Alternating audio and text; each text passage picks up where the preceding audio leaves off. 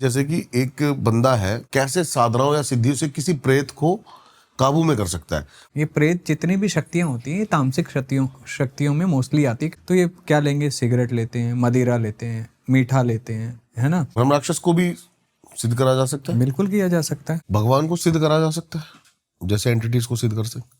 भगवान स्वयं अंदर है, उसे सिद्ध कहाँ से किया जा सकता है। वो शिवांश हैं सब, शक्ति अंश हैं सब। तंत्र में गुप्त नवरात्रे होते हैं। गुप्त नवरात्रों पर क्या स्पेशल तांत्रिक पूजा करते हैं? अच्छा, एक छोटा सा बेसिक आप मेरे को बताओ कि जैसे कि एक बंदा है, कैसे साधनाओं या सिद्धियों से किसी प्रेत को काबू में कर सकता है।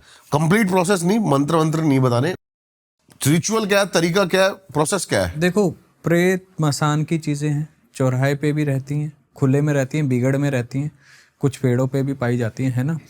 इनके एक प्रॉपर मंत्र होते हैं, ठीक है। उसके साथ इनका भोग होता है, भोग में तामस लेते हैं। ये प्रेत जितनी भी शक्तियां होती हैं ये तामसिक शक्तियों में मोस्टली आती है, क्योंकि प्रेत बनना यानी तामस हो जाना। तो ये क्या लेंगे, सिगरेट लेते हैं, मदिरा लेते हैं, मीठा लेते हैं, है ना। इन्हें डेली वो भोग लगाना, इनका कई खप्पर में देते हैं, कोई वैसे देता है, ग्लास में रख देता है, कोई पात्र में रख देता है ना। फिर उस मंत्र का रेगुलर उच्चारण चलता है। फिर वो एंटिटी अपना अनुभव कराना शुरू करती है कि आई एम हियर। ये शमशान में बैठ के करते हैं लोग, कई घर पे भी करते हैं जो करने वाला है, कोई बिगड़ में करता है। तो घर पे बुला सकते हैं इनको। देखो, जो घर में बुलाता है वो वही बुला सकता है जिसके घर में छोटे बच्चे ना हो, जो अकेला रहता हो। जिसका परिवार है वो बुलाएगा तो परिवारों को नुकसान 100% कहीं ना कहीं कुछ ना कुछ होगा। तो इसलिए ऐसी जो जितनी तामस साधनाएं हैं, उग्र साधनाएं एकांत में करने को इसलिए कही गई हैं।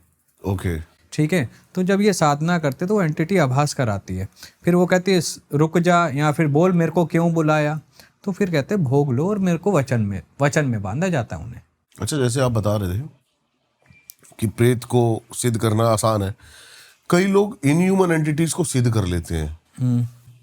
जैसे भी हम बात कर रहे थे, लिलीपुट, 1.5 फुटिया, या फिर ब्रह्म राक्षस को भी सिद्ध करा जा सकता है। बिल्कुल किया जा सकता है। बेताल को, हाँ, बेताल यहाँ पे आप अग्नि बेताल कहते हो, वायु बेताल कहते हो, ठीक है। अब गुजरात की साइड चले जाओ, इसे बावरा भूत कहते हैं, भूतों का राजा। ये कितने खतरनाक होते हैं? कोई ऐसा केस आपके पास आया हुआ है फिर कुछ? ये मारन में अधिकतर चलते हैं। ये मारन में चलते हैं। हाँ, प्रेत जो होता है वो वशीकरण में, वशीकरण, भूत प्रेत, ये वशीकरण, लड़ाई झगड़े करवाना, मारने की बीमार करना, क्षमता नहीं है। बीमार करना, ये इतना नहीं होते हैं। इसमें कालिया मसान, कलवा मसान, ओके, ये मारने की क्षमता रखते हैं। कैसे मारते हैं, और इनको क्या चलाने का क्या प्रोसेस क्या होता है? इन्हें चलाने के कई प्रोसेस होते हैं। देखो, जिसने जैसे वचन में ले रखा हो, किसी ने दारू के, किसी ने मांस के, किसी ने किसी गलत, जैसे वचन में कि भैया तेरे को भोग हम ये देंगे, तू हमारे काम करेगा, वचन दे। अब उसने वचन दे दे, वो वचन पे चलता है चीज़ें, ठीक है। और मेरा मानना ये है कि देखो, अगर आप किसी को प्राण नहीं दे सकते हो, आप किसी के लेने के हकदार भी नहीं हो, आप किसी के साथ गलत करते क्यों? भगवान ने आपको अगर कुछ दिया है तो उसे सही कार्य में लगाओ ना, गलत में क्यों लगाना? किसी के साथ गलत करना क्यों? आज ईर्ष्या में लोग समय निकाल देते हैं। ईर्ष्या में क्यों निकालना भैया? आप अपने आप की मेहनत करके उससे 2 कदम ऊपर उठने की कोशिश करो ना। ईर्ष्या में आप समय खराब कर रहे हो तो नीचे ही जाओगे। भगवान को सिद्ध करा जा सकता है, जैसे एंटिटीज को सिद्ध कर सकते। भगवान स्वयं अंदर है, उसे सिद्ध कहाँ से किया जा सकता है। वो शिवांश हैं सब, शक्ति अंश हैं सब। हमारे भीतर ही कहते हैं ना, शिव कण कण में। उस ज्योत को जो लो कम है उसे तेज कर सकते हैं। किसमें इतना समर्थ है, ठीक है। हम स्वयं को सिद्ध कर ले तो समझो हमारा इष्ट सिद्ध हो गया। स्वयं को सिद्ध करो ना, स्वयं को जगाओ, उस ऊर्जा के साथ स्वयं को जोड़ो जो अंदर हमारे शक्ति है। ईड़ा, पिंगला, सुषमना नाड़ियां है जो शक्ति का प्रतीक है, उसे जगाओ। हाँ, भगवान को कोई कहता मैंने ये सिद्धि कर ली, वो सिद्धि कर ली। सिद्धि क्या है, मुझे आज तक ये समझ नहीं आई। जिसने भक्ति कर ली उसने सब पा लिया। जो जुड़ गया, जो भीतर से जुड़ गया, जिसने समर्पित कर दिया, उसने सब पा लिया। तंत्र में गुप्त नवरात्रे होते हैं। गुप्त नवरात्रों पर क्या स्पेशल तांत्रिक पूजा करते हैं? देखो, गुप्त नवरात्रे यानी उसमें गुप्त साधनाएं होना, पहली बात तो ये। हाँ। आजकल क्या करते हैं, गुप्त नवरात्रे आए, भाई साहब रील डल जाएगी, ये साधना कर रहा हूं, तो गुप्त कहां से हुए? आप किसी को फोन करोगे ना, महाराज जी आपका पॉडकास्ट है गुप्त नवरात्रि में, अरे साधना में बैठा हूँ, इसकी चल रही है। हाँ, वो मेरे साथ भी यही हुआ था। मैंने 2-3 बार किसी को फोन किया, अलग अलग तांत्रिकों को। तो गुप्त का कौन से गुप्त हुए, वो तो सार्वजनिक हो गए। हम्म। गुप्त नवरात्रों का अर्थ होता था, आपने ये जैसे अभी नवरात्रि गई, इस नवरात्रि में कोई साधना उठाई, उसे जागृत किया, फिर गुप्त नवरात्रि में उसी साधना के मंत्रों को चेताया जाना, एक अलग क्रिया से, अलग तरीके से। सेम नहीं होती हैं, चीज़ें बदल जाती हैं वहाँ। जब नवरात्रि वो आती है, साधक गायब हो जाता है 9 दिन के लिए, फोन वोन बंद, किसी से कोई मतलब नहीं। जो जानने वाला उसे पता होता है गुप्त नवरात्रि, लगता है महाराज जी यहाँ साधक जी निकल गए, बाबा जी साधना में कहीं, किसकी करने गए ये नहीं पता, एक अंदाजा लगता है बस। हमारे ज्ञान गुरु हैं, आज भी वो गुप्त नवरात्रि में कहाँ गायब होते हैं उनके, हम शिष्यों को भी नहीं पता। 75 साल की आयु हो रही है, गुप्त नवरात्रि में ऐसे गायब होंगे जैसे पता नहीं कौन सा जादू देख लिया हमने, और किसी को नहीं पता होता। और हम पूछेंगे कई बार, गुरु जी कहाँ थे? अबे तेरे को क्या करना जान के, मैयत में लेटेगा, यूं ही बोलते हैं। अच्छा, गलती होगी भैया, गुरुओं की गाली भी प्यार के बराबर होती है। और आपके माध्यम से एक बहुत इंपॉर्टेंट चीज सबको देना चाहता हूं मैं। बताइए। आजकल लोगों में ना भैरवी साधना का बहुत प्रचलन चल रहा है कि भैरवी साधना।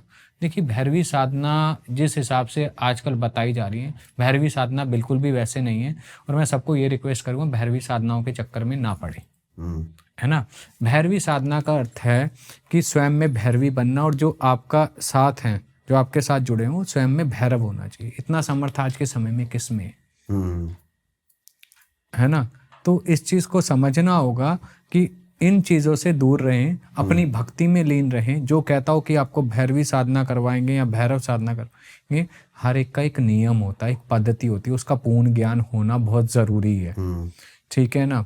भैरवी साधना कहने से नहीं होती है, भैरवी साधनाओं के नियम होते हैं, गुरु परंपरा से सिखाई हुई एक पद्धति होती है, उसमें अंग पूजन होता है, कई प्रकार के पूजन होते हैं, उन पूजन का ज्ञान होना चाहिए।